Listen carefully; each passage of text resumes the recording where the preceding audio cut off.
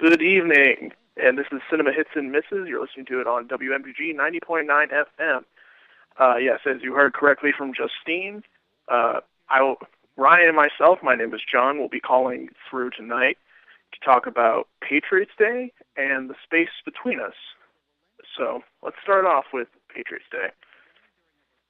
The day is April 15th, 2013. This is the date of the horrific bombings at the Boston Marathon, which killed 3 people and injured hundreds more. This film shows what occurred that day, but also the massive undertaking by the Boston Police Department and the FBI, who were determined to find those responsible for the bombings. Now, this film is directed by Peter Berg and stars Mark Wahlberg, John Goodman, Kevin Bacon, J.K. Simmons, and Michelle Monaghan.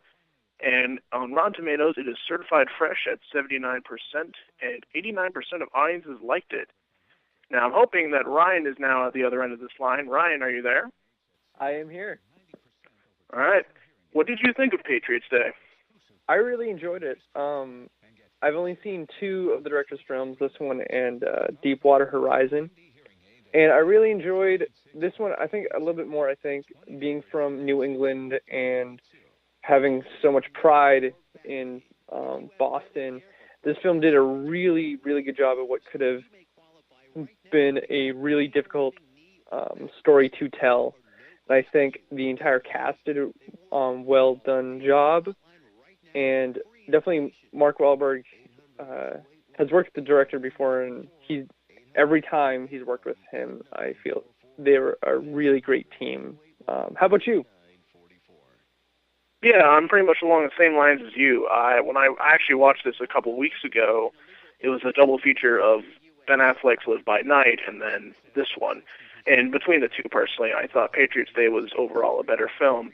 And I have seen Peter Berg's other films, Lone Survivor and Deepwater Horizon, both which I liked, and also starring Mark Wahlberg. So, yeah, I thought, that when the film was being made, a lot of people were questioning, is this too soon to the tragedy? And of course, that's a whole different thing we could talk about. But that being said, people were worried, of course, that there would be, this just seems exploitive. But I feel like that Peter Berg did a good job of, giving respect to those involved, because they definitely could have gone the opposite way, and it could have felt wrong. But to me, it didn't feel like that. It felt very empowering towards the end. Felt inspired. Felt, like you said, New England pride. But yeah, so overall, I thought it was great. Yeah, I definitely agree. I was definitely inspired. The ending, during the credits, you get to see all the different people who were involved. There are many people, since it is a true event, there are many people in the film who are based off real people, and you get to see, especially how you mentioned in the summary, the FBI working with the police department, and you do see definitely how chaotic that entire week was when they were trying to find the 2 brothers who created the attack, and seeing when they were going to decide to release the photos. And I definitely remember that entire week because, as you mentioned, how true it is and how even recent this happened. So I definitely have a better memory of this compared to many other films that were true events.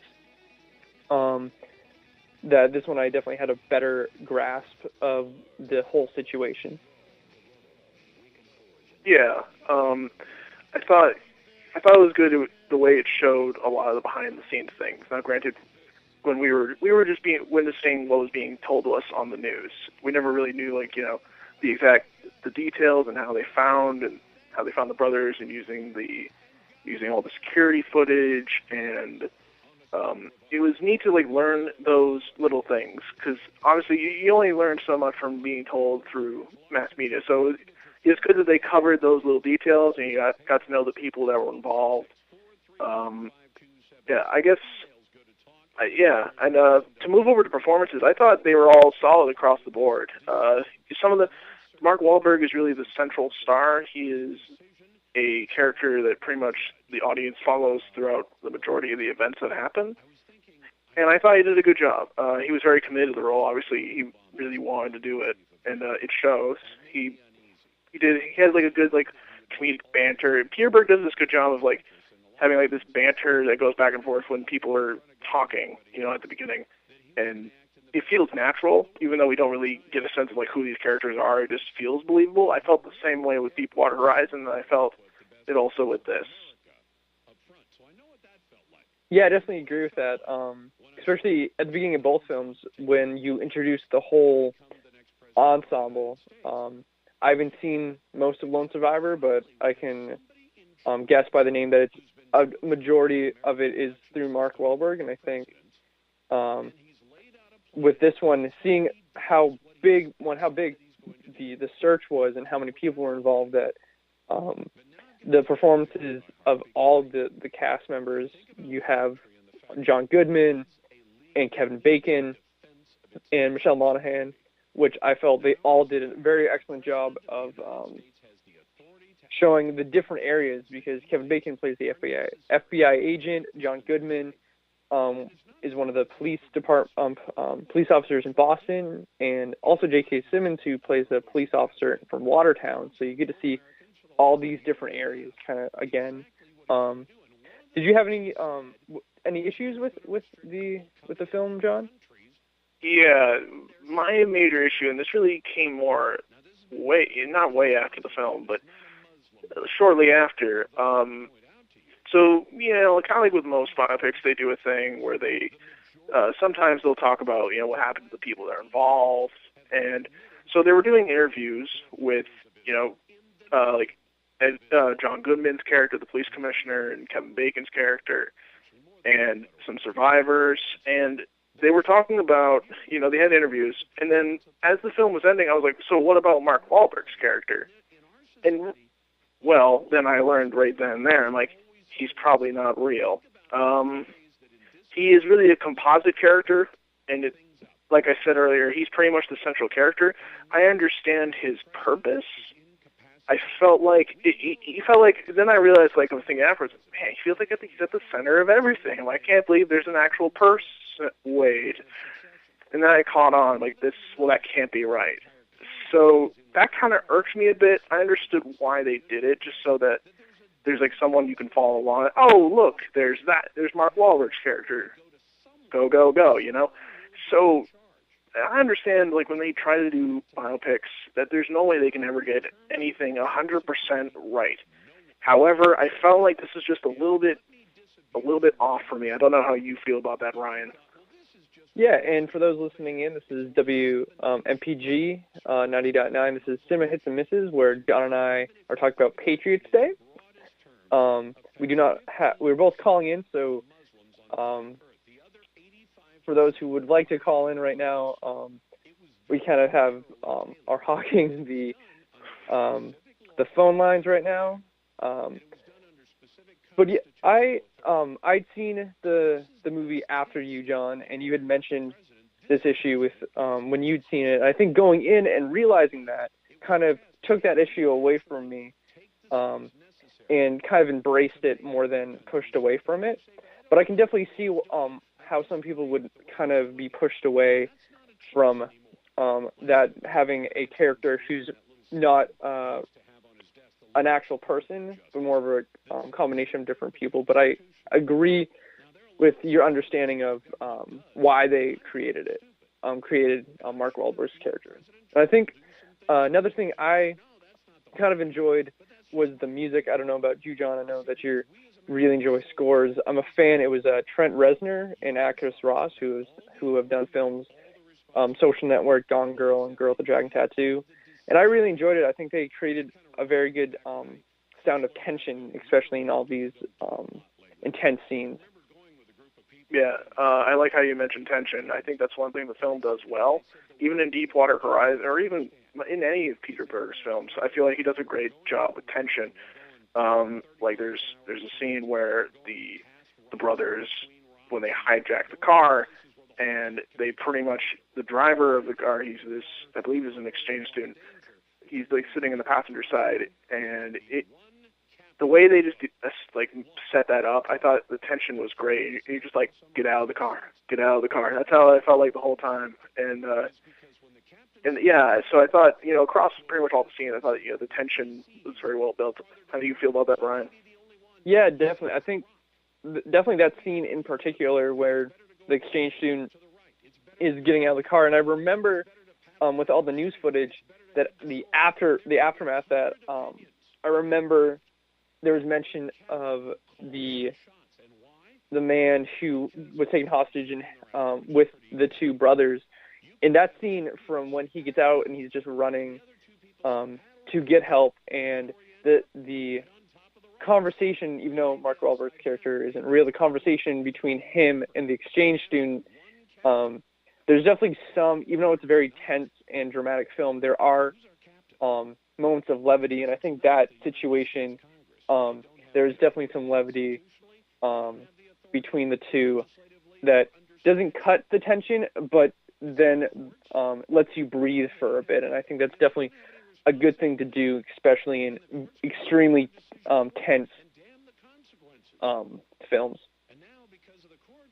Yeah, I think you've nailed it perfectly. I think I've pretty much covered what I've wanted to say about it. Do you have anything else to say, Ryan? No, I would say for people who are interested in Peter Berg's films, who might want to check out the film, I would highly recommend seeing it. I don't know about you, John. Yeah, I'd say, if you're truly interested in, say you don't know the story that well, you want to understand like the behind the scenes aspect, I think it'll be worth the watch. For me, it kind of fell under this category of like, I'm glad I saw it. I don't know if I'd see it again or if I do, not for a very long time. I don't know how you feel about that, Ryan. Yeah, I think I would definitely agree that it's one of those films that it's good to see and understanding, but I definitely agree that I don't know if I would go out and see this for a while, but probably look back at it later on, especially when the anniversaries of the event come up again. Yeah, so if you're interested in seeing these, from what I've researched, that they are at the Westbrook and Saco Cinemagics, so they are limited times, so still in theaters, I think it's worth a watch for sure. And Ryan agrees as well, so I think we're ready to move on to the next film. Are you ready, Ryan? Yes, I am. All right, so let's go into The Space Between Us. All right. When astronaut Sarah Elliott is sent on a mission to Mars, she and her crew discovers she is pregnant. Dying in childbirth to her son, Gardner, he must be kept a secret from Earth and must stay on the planet due to his different body chemistry. 16 years later, though, Gardner is given the opportunity to visit Earth. There he reaches out to a girl, Tulsa, who he has been in secret contact with for many months. Together, they drive across the country in order to find Gardner's father. The film is directed by Peter Chelsom, stars Gary Oldman, Asa Butterfield, Carla Gugino, and Britt Robertson. So, John, how did you think about The Space Between Us? Oh, man, I could talk about this movie, but not for the reasons you think. This film is... it is horrible. That's definitely one way to play it. I also think it's the best unintentional comedy of the year. I was laughing for all the wrong reasons. I feel like any time when the film was trying to be sincere and dramatic, it just was either over the top or it just didn't fit. It was actually funnier than what was intended, and then the comedy itself was very flat. It is unbelievable. I was just sitting there in the theater like, oh man, like I don't understand. It's like, why? I feel like there was a good idea somewhere in there, but overall, oh my, it is not a good film. How do you feel, Ryan? Yes, I would definitely agree to your sentiments, John. It had a good premise, and the execution was just very poor. I definitely agree. There are some scenes in the movie that had me laughing that weren't necessarily supposed to. When we get out of the theater, John and I and our friend Aaron went. I mentioned that it was the best Lifetime sci-fi original movie or ABC Family original movie because it felt like it would have done better on TV rather than in theaters. I don't know how they were able to kind of greenlit. They have very well done casting with Gary Oldman and Asa Butterfield, but it didn't really know what type of movie it was. It went from a sci-fi movie to a teen romance movie to a road trip movie, and it didn't give you enough time to breathe between sections where it would just go boom, boom, boom to these areas. And even the acting wasn't the best. It was okay for everyone. But the characters either seemed flat or kind of confused. Yeah, John, how else did you feel? Any silver linings? Hey, silver line. There isn't much. I guess the score was the musical score, which I don't remember the composer. I didn't have the notes for that. I thought the score was fine. That stuck out to me more, but it was like very dramatic and a big orchestra. Strings were playing, and it just sometimes it fit the movie, and other times it just made it ridiculous. Like there's this scene where the strings are picking up. It's this chase scene where Asa Butterfield's character and Britt Robertson's character are escaping in like this 1930s looking plane, and they're being chased by a modern day van, but this van can't catch up to them. And then, it just seems like like this dramatic escape music, and then they lift off, and then the high notes start playing, and I was just bursting out laughing. It's unreal. So yeah, I thought the score was okay. That being said, though, there is this like musical element that they try to throw in there, where it's like, Britt Robertson's character Tulsa, I believe her name is, Tulsa is like interested in music, and I call it a quote unquote La La Land ripoff moment, but it's like her trying to play the piano, and it just sounds like hot cross buns. Whereas I'm like, this isn't music. I don't know. It's very simple. It just made me think of La La Land because in the sense that when Emma Stone's character stumbles into Sebastian Ryan Gosling's character, and they have like a similar ish moment, it doesn't work at all, and they don't really touch on that again. Like the fact that Tulsa has this interest in music. I felt like none of these characters were developed. They just threw things together. Well, let's just try to make them characters. Boom.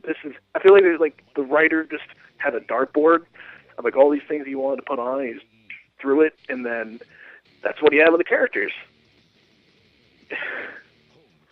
So there's not much silver lining. Oh, sorry. No.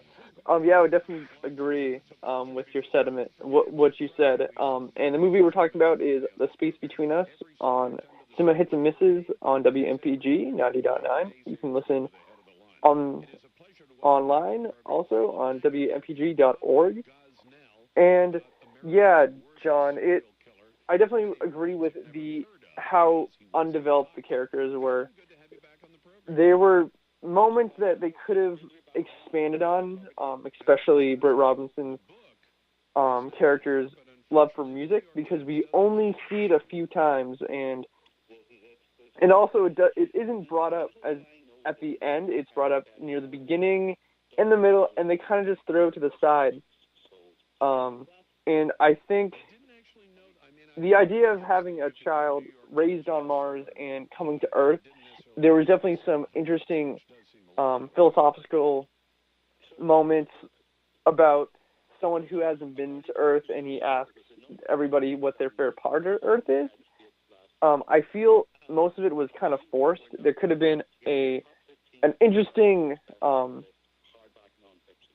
way that they could have done that, but the execution of even that wasn't done well. Yeah, I had actually forgotten about that little bit.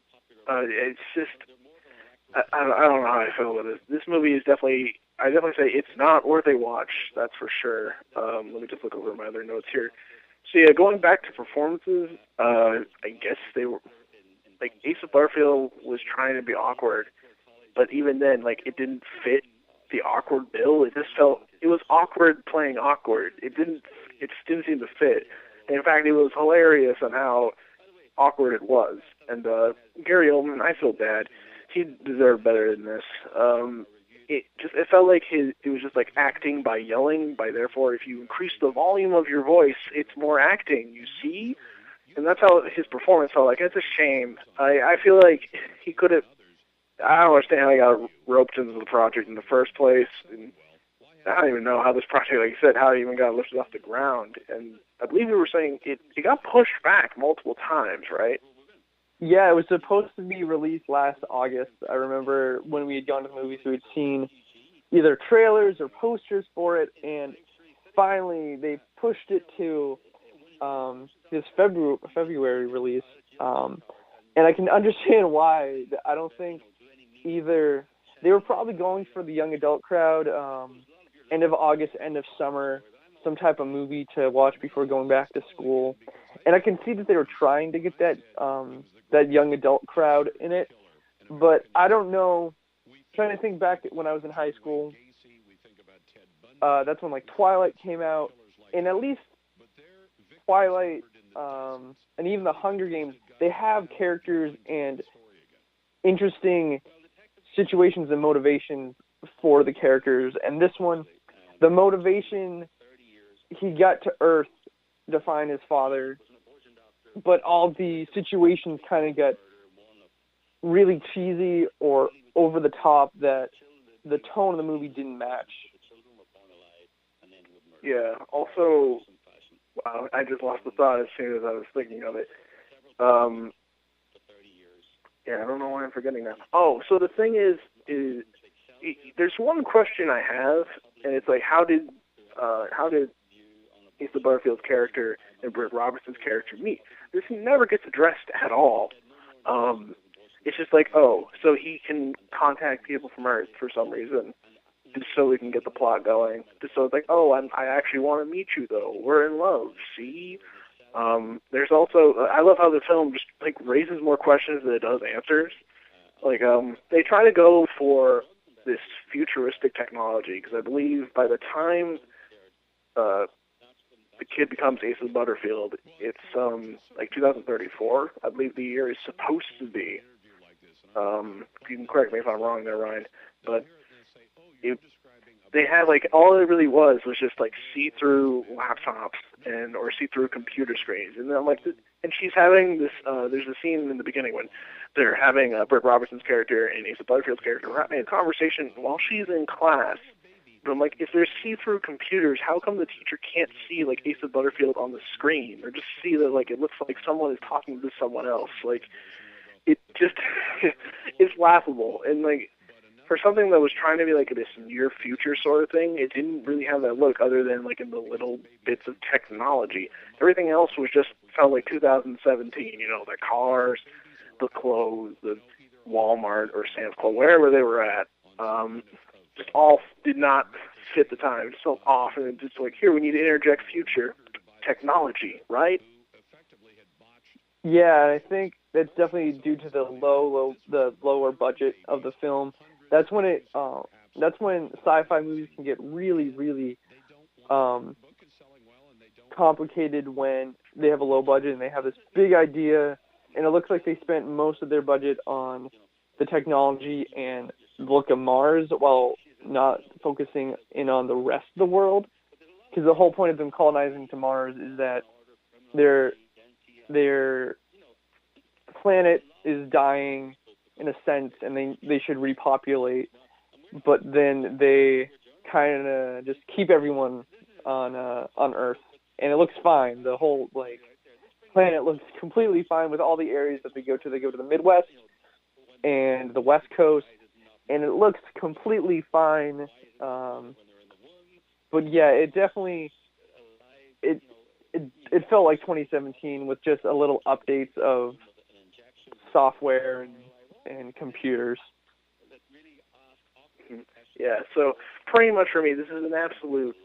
You don't pay to see this in theaters. In fact, it's not even worth watching at all unless you really want to see how bad it is and how unintentionally funny it is. That would only be though like a red box or a Netflix thing. Then check it out and you can laugh at how bad it is. I don't know. Yeah, I would definitely agree. I would see this the way it should have been presented on cable, and even then, I would watch it for like 20 minutes to get the gist of it, and then just kind of change the channel. There wasn't really much, and I would definitely say that this one would, between the two, between Patriots Day and The Space Between Us, I would highly recommend seeing Patriots Day over this film. Absolutely.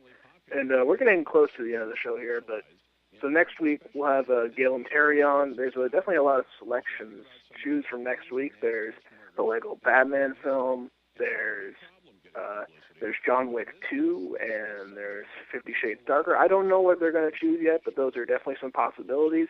There's even films we didn't even cover. There's a couple of films that came out last week that now I can't think of, but there's definitely plenty to go from. Yeah, and also I think in 2 weeks, correct, Ryan?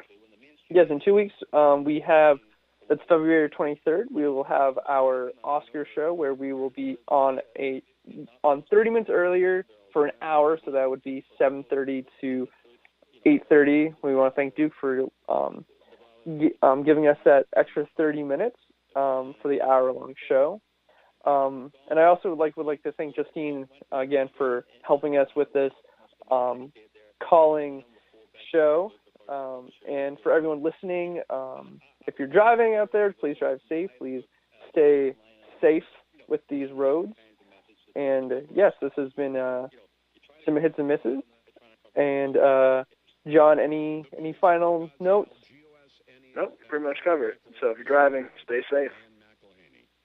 Well, thank you again to everyone listening. And now we will go to Justine with In Between the Notes. Have a good night, everybody.